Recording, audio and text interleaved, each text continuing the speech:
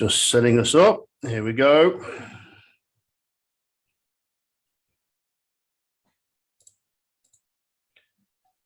I believe we are now live. Just checking on my phone. Yes, we are. Fantastic, fantastic. Welcome, guys, to the first episode of the G5 podcast. I've got today a very special guest with me who it's just reminded me how long I've known him, which is a very great shot. A great friend of mine, Mr. 𝙈𝙼𝙏𝙏. He covers goes under the name of IronWill. So he is a great accountability and mindset specialist in terms of what he does and how he helps people. I'll pass it over to him and let him give him a bit of an introduction. So tell us a little bit about yourself, 𝙈𝙼. Tell us a little bit about how we interacted to start with as well, and we'll go from there. And if anyone has any questions, drop them in the comments. We'll try and come round to them at the end and cover those. So over to you, my friend. You bet, Matt. So firstly, it's a total pleasure to be here. For those who don't know, I first encountered Matt when I was around 17 years old. This incredible gentleman was kind enough to help me get started in my physical development. And even back then, this is before he was a coach, this is before there was any social media platforms. Facebook didn't exist, none of these things existed. And he took his own time to help people who wanted to be better and show them how they could improve. It gave me access to incredible people, connected me with people who I then became really good friends with, encouraged me to get involved competitively, was just an incredible help. And of course, that was some time ago. That's 14 years ago now. Wow. 14 years ago. Long in the tooth now. Yeah. But it was incredible to now see that so many of the things that I learned from Matt, the things he had down even back then, about you have to put yourself in a position to win. You have to surround yourself. You have to go where there is real specialism and expertise. And he encouraged me to do all these little things about going to competitions and just meeting people and asking questions and learning. I picked up so much, so much, because the fact of the matter is, I was fortunate to meet someone who was at an elite level in what I was trying to accomplish at that time. He was already at such a high level, and I was just starting. And success leaves clues, as we do know. And this now, to see how this has now come kind of full circle, it's kind of surreal, but it's great. It's great. So my name is 𝙈𝙼𝙏. I am an accountability and high performance coach. I'm in the game of results. I'm in the game of leveling up productivity, goal achievement. I work with entrepreneurs, consultants. I work with professionals and people who want to seriously level up their game. I'm an avid biohacker.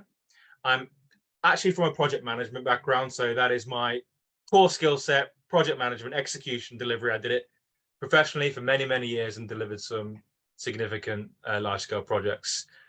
And I'm a passionate self-improver. I've got 12 years in this game, and I formed IronWill on the basis of my journey, what I had to do to fix myself and get myself to the level of performance I want to be. Fantastic. And now we share this. So tell us a little bit about that. Let's sort of delve into that a little bit. What sort of, when you were on this journey, when you were going through this sort of self-discovery, what sort of major challenges and those sort of roadblocks did you actually face that you sort of had to, I assume you learned to overcome them, and that sort of drove you towards where you are now? Like many, my journey was sparked from having to overcome things. It was around the time that we met, that I didn't know what it was at the time, but I was dealing with quite a lot of anxiety and social phobias and just a discomfort in myself, and it rocked my confidence, and I didn't know what was going on. Back in the day, there wasn't necessarily a whole lot of information you could get on these things. Yeah, sure. Had to think, okay, I don't like who I am. I don't like where I am. I don't want to live like this. I want to accomplish things and be a better person. So I'm going to go out there and figure out a way to improve myself. I started, like many young men do, by going to the gym and lifting. Yeah.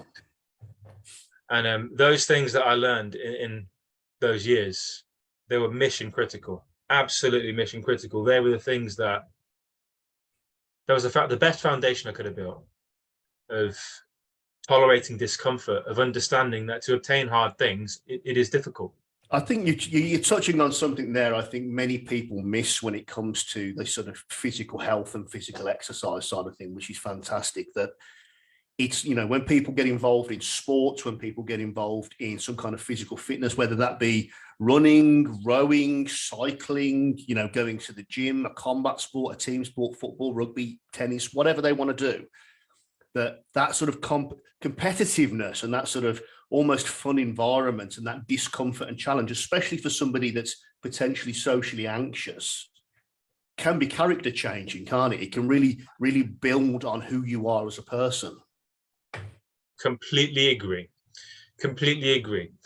You get confidence and you get a level of mental fortitude within yourself when you can consistently show up. I think self-esteem and genuine self-respect, your body keeps the score. Your mind knows that you're the person that gets under the bar, whether you like it or not. You're the person who shows up on time. You're the person who puts the plates away. You're the person who gets his logbook out and meticulously records every rep. You're the person who gets to bed on time.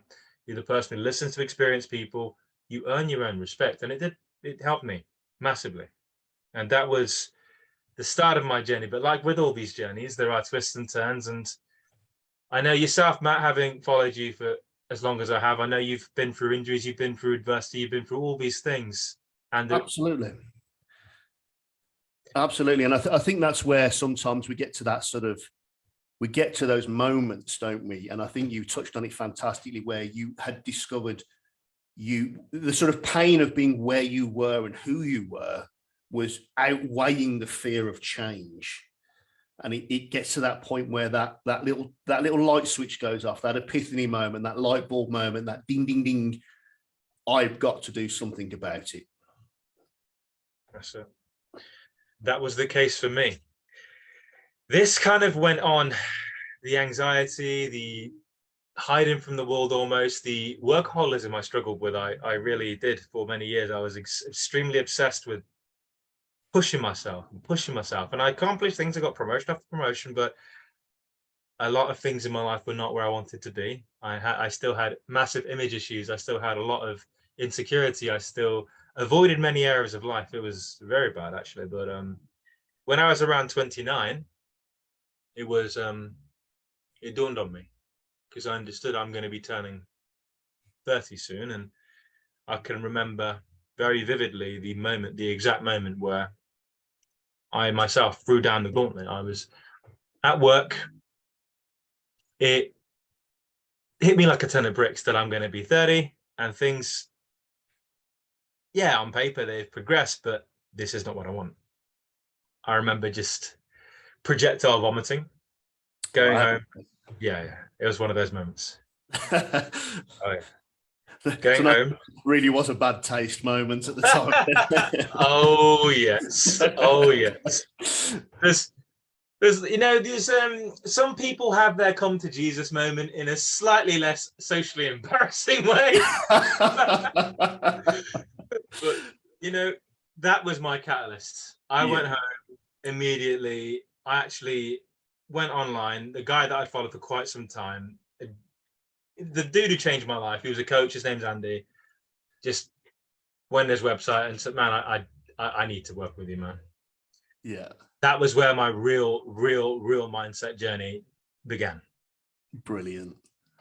We worked intensively on this. We put a whole project together, and it was about expanding beyond my comfort zone. It was about proceeding despite the doubts I had, and just taking action and being painfully fucking consistent with it. Yeah. Absolutely. I think, you know, one of the quotes that I've always loved, it comes from Rudyard Kipling's poem If, and there's a specific line in that comes out, and it is, if you can meet with triumph and disaster and treat those two impostors both the same, And it takes away that elation feeling and that depressive feeling, and it focuses on that middle ground of you've got to be consistent. You have to do the things that you don't necessarily always want to do, as if you love doing them. I think that might be a Mike Tyson quote, actually. That I'm just there. But anyway, but to continuously perform those tasks and be consistent towards self-improvement. And I think that those kind of like baby steps that we take with direction, and as you've seen as well, the value of having a mentor that you connect with, that you can speak with. We don't always communicate the best with everybody. Everybody's not for everybody. But if it's the right person, like if anybody's watching and they want to talk to myself or talk to Ravi, etc., we're there for you. That's what it's about. But it's about connecting with the right person, isn't it? And that then when you have that direction, carry on. Where did this sort of go for you from there?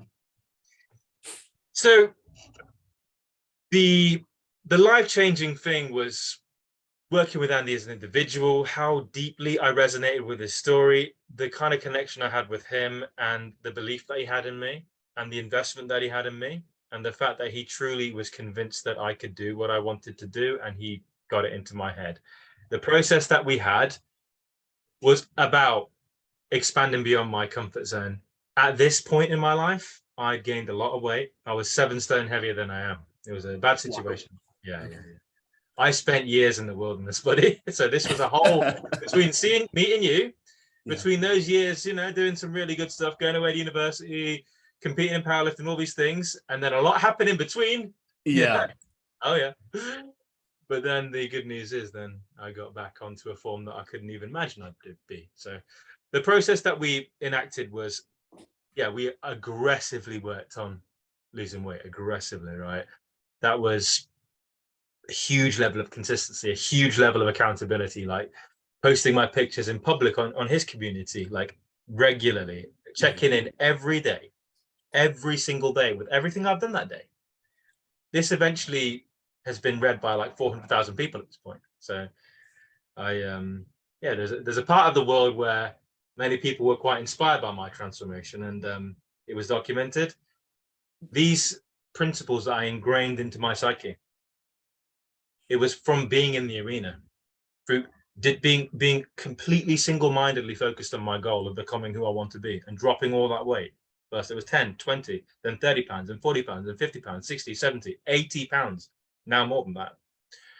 And then it was also about broadening my social horizons, expanding my social network, meeting people, going out and exposing myself to people and meeting new people and making new friendships again and again and again and again.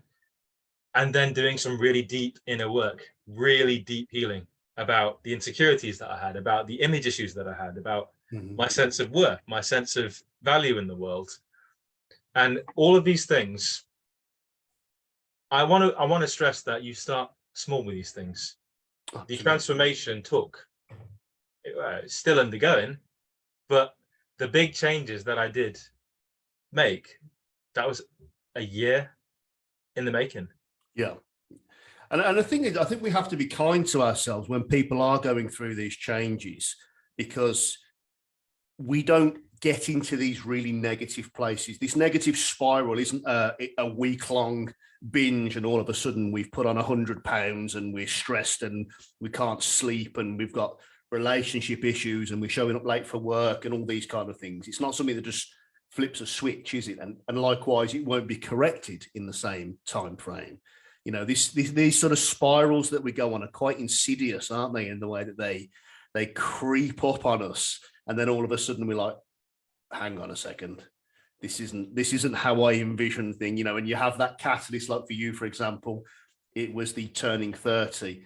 It can be when someone goes, hold on, I've put all this effort into my business, I'm doing very well there, but my waistline's ever expanding, I'm not happy.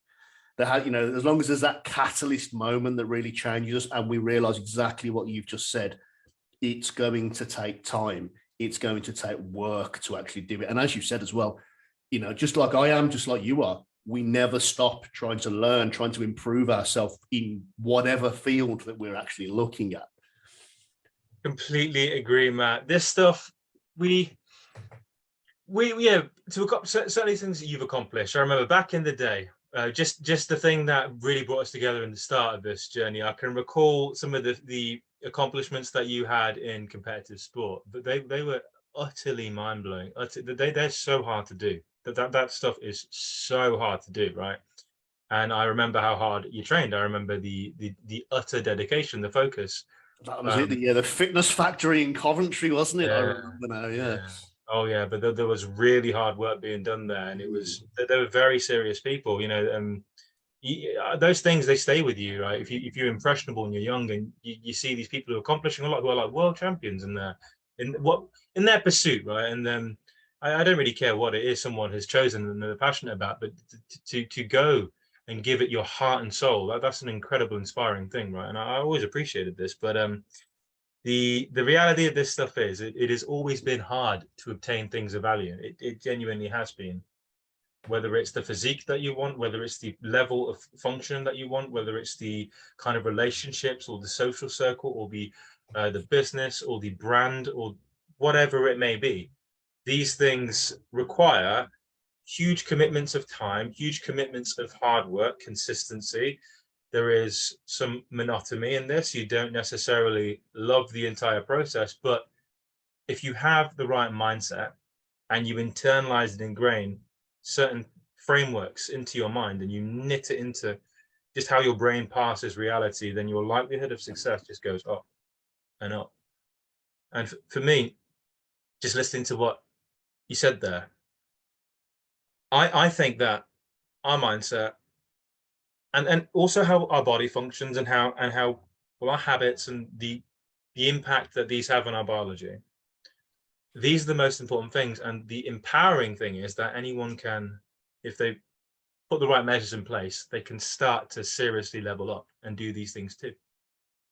Absolutely, absolutely. And I think it's a real key with mindset that very often we'll come in and, you know, people have done it all the time. I still do it. I'm sure you still do it as well. There will become a point when we will make an excuse for something. Now, we absolutely cannot control all of the variables because there are external factors that we will have no control over, but there are variables we can control. And if we can control consistently those variables without letting the external variables become a reason not to do it, we then immediately continuously push ourselves forward. I suppose it's like driving, isn't it? If you're stuck in a traffic jam, you're in this position, you don't want to particularly be there, but to get to the destination, you have to get through this period. You may look for a different route that's got less traffic. You may go, I know a diversion, it's further, but it's going to be quicker because I can do, you know, XYZ route and bypass this, that, or the other. But ultimately, you have to bear that pain. You have to accept that, as you've said, something worth having is worth working for. It's worth that sacrifice. And it's about, you know, we've all got those plates spinning, and it's deciding which of those plates actually are a priority, which ones, if they drop, especially health, if the health plate drops, it breaks, you're never putting that back together again. You know, whereas there's other ones, what people think of you in that particular area and that one doesn't really matter that much.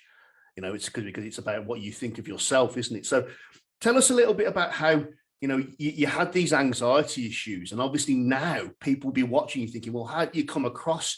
You're so articulate, you're so diligent in what you do, you're so confident in how you come across. So how did this shift in perspective really come about for you? That's something that I consistently get told when I'm in a room, when I'm speaking, or whatever the case may be, that people really struggle to believe that I was once a housebound agoraphobic. And you know, just one comment on what you did mention there, Matt, around the commitment, the dedication that you do put in. The thing is, though, yes, it's work, but when you actually accomplish things, and certainly when it's things that you didn't think you can do, it's an incredible, transcendental experience that fills you with gratitude. And these feelings are ongoing. Like, I'm so proud that I overcame these things. I'm still so inspired by the fact that I myself was able to get out of where I used to be and now do the things I do. And regarding anxiety and how I made changes there was some incredible people I learned from. honestly, there's a great guy here in Worcester who runs a wonderful workshop who I went to. And he nailed it. He was incredibly good at what he did. He had a great track record. And what I learned from this man was really about the importance of structure, the importance of focus, the importance of using your intellect and going out there and living your highest potential. Because when we are sat cocooned in our room, and when we stop engaging our mental faculties, our confidence, our sense of self, all dwindles. When we hide from the world, and when we are allowing our mind to dominate us with the sensations of fear, and that's really all they are, just sensations, then we imprison ourselves. And what I learned from him was the importance of being proactive and going out there and exerting yourself to the maximum of your ability every day and setting bigger and bigger goals for yourself.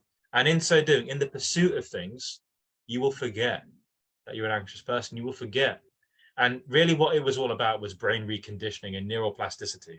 Yes.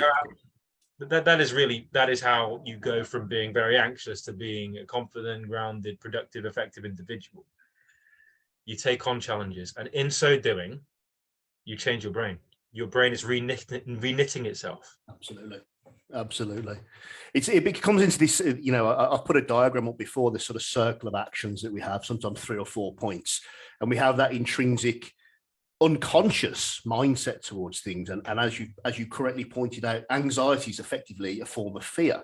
You don't know what's going to happen, but you're scared of it anyway. And so you're preempting that sort of negative feeling, which then leads to a belief structure, which then leads to what your actions are. And then your actions then reinforce that behavior and think, oh, I've done the right thing anyway, because I didn't want to go out really.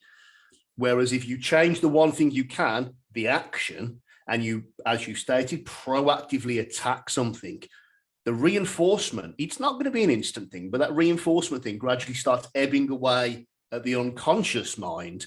And you start realizing, well, actually, and I've always likened this. I always, when I talk to my guys, I talk to them and I say, remember when you were a child, when you were learning to ride a bike, for example, and there were training wheels or stabilizers on it.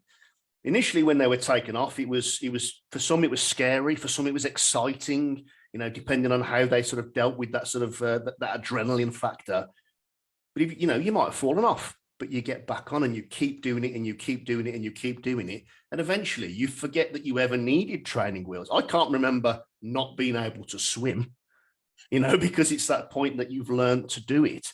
And we can train ourselves continuously by exposing ourselves to the thing that, this adrenal response, it's there to protect us from a ruddy great big bear or a lion or something that's got big teeth that's going to eat us. It's that fight or flight response.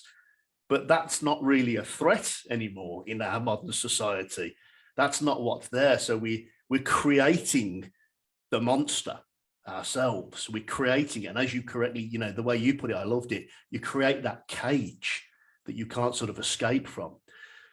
So going on to that, let's what would you say that if you were looking at some of these tips, how would you say if somebody was going, I need to make some steps, I need to make some changes? We've had a comment here, I'll read it out. Someone's put it so true. It's exactly what he's found he needs to concentrate on. He's 42 and he feels like he's lost himself. And he would love to be able to feel like he used to. Feels like a midlife crisis. And I feel like I can't motivate myself at this age as I did when I was younger. So in terms of people coming across and thinking that, and I think many people do when they hit, a certain age, don't they? Because they get that reality strikes them. What steps would you advise people initially taking to get them on that journey? Yeah, this is where my project management hat comes on. And this is what I was extremely passionate about and did for a job, right? It was about delivery. It was about starting with a vision and developing an entire roadmap and managing the people, managing the teams, and getting things done from often what were very challenging situations in teams and organizations where things weren't working, and having to go in and fix things and move things around and develop something that enables organization to thrive. So for me, it starts with visioning. it starts with visioning and creating a vision. And some searching questions that I can give somebody where they can just start this process are thinking about the life that you want, just mapping that out, thinking about who you want to be, what you want to look like, what kind of impact you want to have in the world, what kind of relationships that you want, what kind of hobbies, the kind of places you want to be, getting really in detail about where you want to be, how you want to move, and building a picture of that, painting that picture, getting progressively clearer on what that would look like. That is the first step of just building some concept of a situation that might be different from the one that you are in. And thereafter, once you've started to have a bit of a vision of something that you may want to step towards, then the first question I would ask is, what is one thing that if you could completely attack and obtain, what is the one thing that would make your life better? All right. Love it. Yeah. But for me, when I did this exercise myself with my coach, when I started all this, I was coming from a background of being a complete anxious wreck. Yeah. When you're an anxious wreck like that, when you've became a beast like that, when you've hid from the world like that for many years, I was very good at my job. I was very effective in the professional world, but I was dying inside. I'd never been on a date. I didn't think anyone was ever going to have any type of interest in me. I explained to my coach that, dude, if I could just get this area of my life together in some capacity, so it's not something that makes me feel like I'm an alien from outer space anymore, yeah, that would be really good. And just in the roadmap that we created, then it was about losing weight. Then it was about getting your habits in order. Then it was about changing my image and my style. All these things kind of came as a consequence of that. Yeah. And then I got the confidence. Then I excelled and met people and all the rest. And then eventually I really nailed a lot of things down and became quite effective. So I would say it starts with that vision. It starts getting really, really clear. And one other thing that I'm going to say is my advice for someone who wants to go on a mission, get that vision down. Absolutely. List the things that you want to accomplish, prioritize them, have a list of 1 to 10. But then as a mature adult, in my opinion, we have to be really realistic about how we're going to progress with that, and understand that focus is what gets results, and understand that we can have 1 or 2 major projects in a year and we can achieve them. Yeah. Other things are probably going to suffer because of that though. Yeah, absolutely. Absolutely. I love that. I love that sort of attack that you've used. And I think it's quite common and quite well used. Something I've also done myself, having that sort of morning formula that everyone goes over, and I say to them, look at who you want to be. What house do you live in? What are your friends like? What are your hobbies, etc.? And then focusing on, well, what does that person do? How does that person feel? Do you do what that person does and feels? And then taking those very simple, as you said, first steps towards 1 or 2 projects towards that, of doing the things that that person would do. If you want to be the guy that is in amazing shape, but what does that guy? Does he go out drinking every weekend? Does he eat fast food every weekend? Probably not. So are those things actually leading you towards your goal, or are they inhibiting you from your goal? Yes, you might get the dopamine spike from the food, but is it really long-term taking you where you want to be? So is that temporary relief versus long-term pain, or would you prefer to have that focus and actually get to where you want and have the long-term relief that you want, and have the short-term pain of, well, I just won't have that meal. Instead, I'll have something different. But I love that. I love that sort of vision board. That's brilliant. I love it. Anyone else got any questions? By all means, guys, do drop them in. So in terms of, if people need to get in touch with you, if people are interested in sort of coming through and having a chat and conversation with you, what's the sort of process if someone needs to do that? I'm more than happy to share all the details on here for them. Hang on. So people can talk to me, get in touch with me. Happy to have a chat with anybody. The process that I use for my one-on-one coaching program is that we get clear on a vision. The first thing we do is some goal setting. There's a kind of an IronWill goals procedure that we take people through some visioning, and then they have to do the reflection to understand that these are things we're going to do.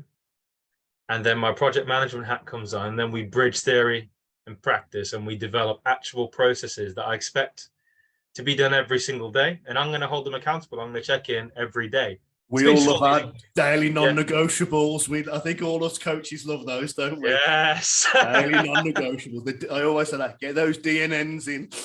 Yeah. Oh, yeah. That's what breeds results. So once we've got that, then we can talk about how we can do the implementation of these things. And I've got my own little program and community, and we've got some wonderful people there who are in this journey. So we have group support. We've got myself pushing everybody, and also working on myself along the way. Because for me, the passion is just to see progression. It's just to see improvements. It's about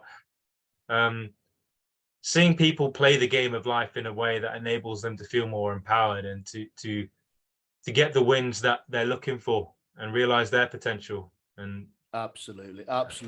I'm conscious of the time, because I know you've got more appointments coming up as well. You're a busy guy. So we'll just finish on this then. So guys, always focus exactly on, what Ravi's been talking about there to you guys, and what I've been talking about. And this focus on self-improvement, surrounding yourself with the right people, surrounding yourself in those areas, and celebrating the wins from other people. Don't see other people as, Ravi and I, we're both coaches. We both do different things. We're talking together. We're friends together. You don't see other people as a threat, because unity is always better. It is always stronger. You can always learn off people.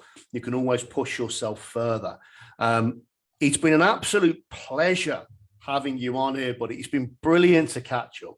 Yeah. It really has. And it's brought back some memories and made me feel very old, which is always good fun.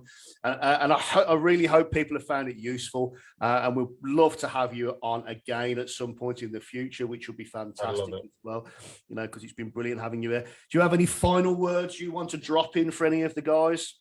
The final word that I'm going to drop in is that you are a legend, Matt, because you did this stuff before the social media. And the thing that that I still remember is the extent to which you invested in helping other people as a hobby. For you, most of these people, you don't. Some of them are doing really well now, really successful, right? And you probably didn't even know that, right? But you made a really good contribution to a lot of people's lives, and I appreciate that. And you should know that. You should. I really appreciate that. It's other people getting those wins. It's nice to think that you've had an impact on someone. It really is. Brilliant stuff. Brilliant stuff. Well, thank you from everyone here at GeForce. We truly appreciate you coming on, Ravi, and we'll get you on again in the future. If anyone else has any questions that they want to direct after this, by all means, drop them in a message to me, and I'll be able to get them across to Ravi and connect you to if needs to be done. And it's been an absolute pleasure, and we look forward to seeing you again in the future. See you soon, brother. Bye now. See you later, my friend. See you later.